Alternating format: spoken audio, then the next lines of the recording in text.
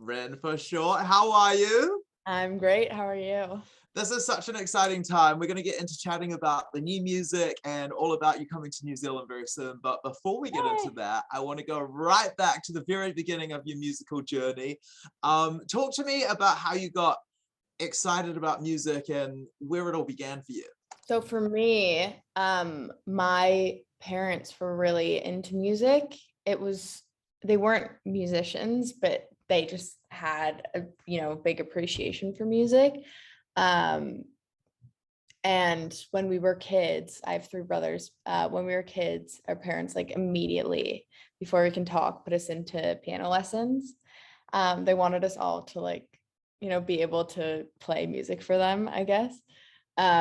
So really from there, and when I, started really listening to music, not just surface level listening to music for just as background noise, listening to music and the words, the lyrics, composition, getting really into it is what really, had me. I was like, oh, this is awesome.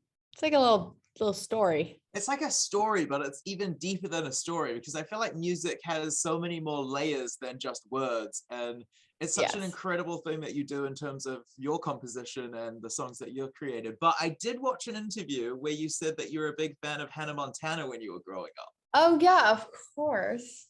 I love Hannah Montana. I still do. I mean, bangers. I'm Bangers not gonna only. lie, I watched the Hannah Montana movie in the weekend. It's so good. When her and Billy Ray do Butterfly Fly Away, my heart literally shatters into 1,000 pieces every time. So good. Do you remember the first song you ever wrote? I do. The first song that I actually wrote, with a proper song structure, was called Hopeless Town. I mean, it was a song. I don't know how good of a song it was, but it was cute. It was about a girl who just wanted to get out of this town, and it's just was describing characters. I listened to a lot of Bob Dylan growing up, so it was very obviously it wasn't Bob Dylan, but it was I was went in being I'm writing Bob Dylan song. So it was very much describing characters and very storytelling, which is funny because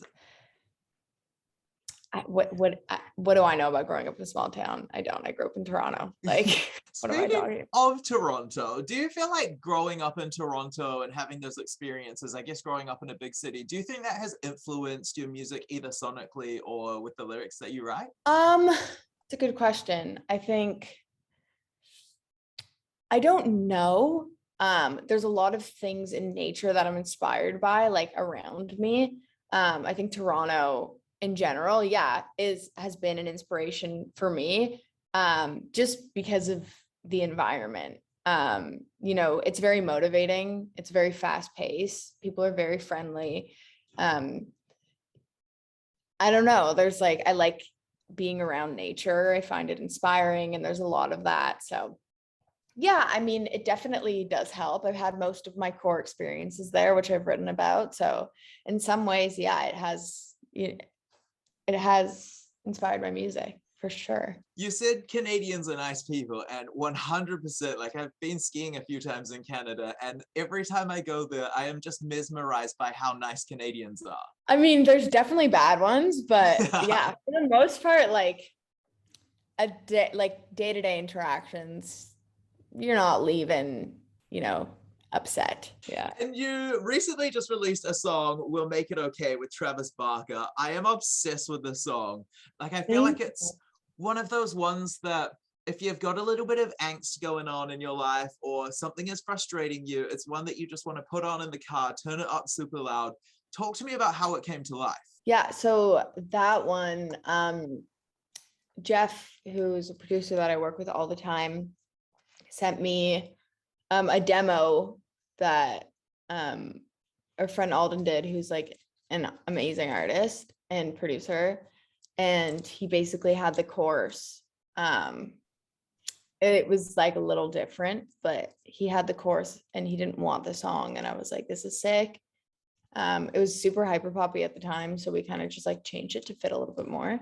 And And then we took that demo. We were in a session with Travis and just writing whatever. And Jeff was like, hey, do you mind recording live drums on this? And he was like, sure. And we like did it over that demo. And he was like, I have no idea where the song is going, but like, we'll see.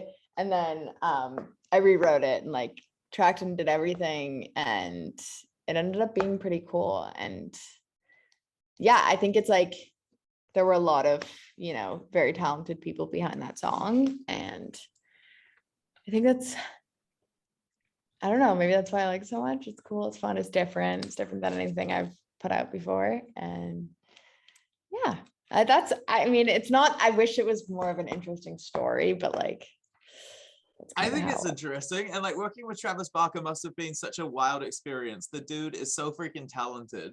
How was that whole situation? The first time I worked with Travis, I was like, whoa, Travis Barker is literally playing drums in front of me right now. This is crazy. He like play cool. You're cool. Meanwhile, I couldn't speak, but it's fine.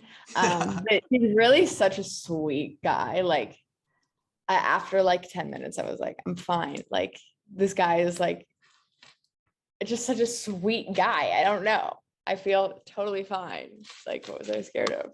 It's always nice when you meet someone who maybe they're not necessarily your idol, but somebody who you look up to massively. And they always say never meet your idol, but when you meet someone that you respect and look up to so much and then they are so nice, it makes like a world of difference. It really does. It really does. That's why people are so successful, because they're kind. Totally. Kind of a long way.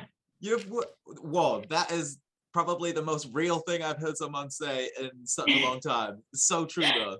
Yeah, it really does. You've worked with some incredible people, obviously Travis Barker, G Flip, Sabrina Carpenter. Is there anybody on your dream collab list right now that you would love to work with? One of my dreams was to do a song with Jake Bugg. I was one of my favorite artists ever. I have a song with him on the project, which is awesome. I mean, God, there's so many people and they're also like far-fetched, but Dave Grohl. Yes. Always. Yeah. Tom York, somehow in some way. Just like, I just want to like sit with him for like 5 minutes and just understand. I mean, those are like my top tier. Yeah. I love it. As I said, like you've worked with some amazing artists. I feel in terms of the music industry, you are a very young artist, which is so cool to see you thriving so much. But is there some piece of advice that someone has given you along the way that's just really stuck with you and you take that piece of advice and apply it to everything you do? I've gotten a lot of great advice. Someone who's been like very much of a mentor figure to me has been Mike Shinoda. When we were working on that remix over quarantine, I was on the phone with him like every day, basically just figuring things out. And he would just like give me these like, because he's been in this industry for so long, and he would like give me tips and like tips for interviews and tips for like just, you know, staying, you know, true to yourself and all this like really motivating like stuff that you can't get from a lot of people because they haven't been around. I feel like every artist gives me like a little piece of wisdom, and that is awesome because everyone has different experiences. And you know, I kind of have just like accumulated all these like words that these people tell me, and I'm like, I will keep these with me forever. There's so many people always have something to say, you know, and I love that. But to highlight one, God, I don't know. There's too many. There's too many. People are so wise nowadays. So true. And I love the fact that people are like more talking about feelings and stuff, because I feel like for a while ago, it was kind of like a thing where everything was sugar coated and you had to be perceived like you're living your best life 100% of the time, and social media definitely hasn't helped with that. But I feel like it's a change going in the opposite direction now, where if you're having a bad day, like people are more inclined to talk about it, which is so dope. Yeah, no, it's awesome. I think it's great that like you know, people now just have like a platform for that. I think while social media can be like extremely damaging, it can also be very, very, very helpful. I will not bash social media, even though some days I'm like, I cannot do it. I can't do it. But yeah, I mean, just like being able to have open conversations now about things that were so niche, even like 5 years ago, is pretty cool. And I'm like very thrilled to be able to like take part in that in a tiny, tiny way, you know, but like my music is about, you know, mental health and whatever for the most part. So I feel I was like just about to say, you're saying that you're taking part in it in a tiny, tiny way. And then I'm like, I listen to the lyrics of your music and I think you're actually yeah. having a lot more of an impact than you're letting on.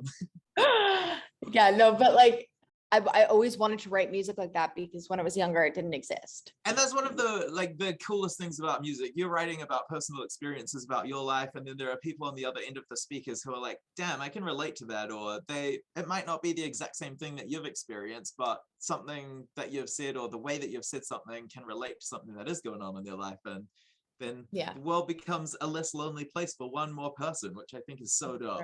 Yeah, I love that part. And you're currently working on your debut album. What can you tell me about the album? How far through the process of creating it are you? I mean, it's done. It's done. Yeah, she's done. How good does it feel to have it done? It feels really good. I'm very excited about that. And I'm really excited for people to hear it. When I'm down under, I will be playing probably a lot of it. Oh my gosh, I am so excited. The 30th of July, you are going to be here performing at the Tuning Fork. What can we expect from this show? Because this will be your first ever show in New Zealand. First of all, I'm so excited to go to New Zealand. It's hilarious. I've literally wanted to go forever. I'm going, I think it's just going to be a lot of energy. It's going to be happy. It's going to be sad. It's going to be, you know, amazing. I think we are all just so excited to be on that side of the world and, you know, seeing all these people that we've never seen before, and experiencing new things. And it's going to be amazing. And we are going to be so thrilled to be there. Oh my gosh, it's going to be so fun. I'm so looking forward to the show. Are you going to have a chance to look around New Zealand, or is it kind of a situation where you fly in and fly out? I'm planning on being able to look around New Zealand because there's a lot that I want to cover, you know, hopefully. I mean, I think so. Fingers crossed. Yeah, well, fingers crossed. I'll give you some things, even if it's kind of like a fly in, fly out situation. There are a few things close to Auckland that you can do. So in New Zealand, it's legal for you to drink. So there are some amazing wineries on Waiheke. Highly recommend. That's what I'm talking about. See, the thing, I'm not a big drinker, but like, I've been legal in Canada for 3 years. And like, meanwhile, I'm in America and I cannot drink. Well, even if you aren't super into wine, the food at all of these wineries I love wine. is absolutely amazing. So yeah, I want to go to a winery. I've never been. I love wine so much. You can do a bungee jump off the Harbour Bridge, which is a bit of a thrill-seeking situation if you're into that. I want to do that. And then if you enjoyed that, there's like this thing, we have the Sky Tower. It's kind of like, I can't remember the name of the building in Toronto, but like that. CN Tower, yeah. Yeah. So it's kind of similar to that. It's like the Auckland version of that. And you can actually jump off and do like a free fall off the building. What? I know. It's crazy. I want to do that. It's so much fun. Oh my God. And then I thought I could skill you up on some New Zealand lingo before you arrive. Please do. Okay, so New Zealanders always say sweet as. Not sweet ass, but sweet as. It's like oh, sweet good. as. Yeah. Yeah. Like sweet as. Yeah. Like I like that a lot actually. Sweet as. Drop that in at some point during the concert. The crowd will go crazy. I will. The other one is togs and jandles. Firstly, can you guess what they are? Togs? Yeah.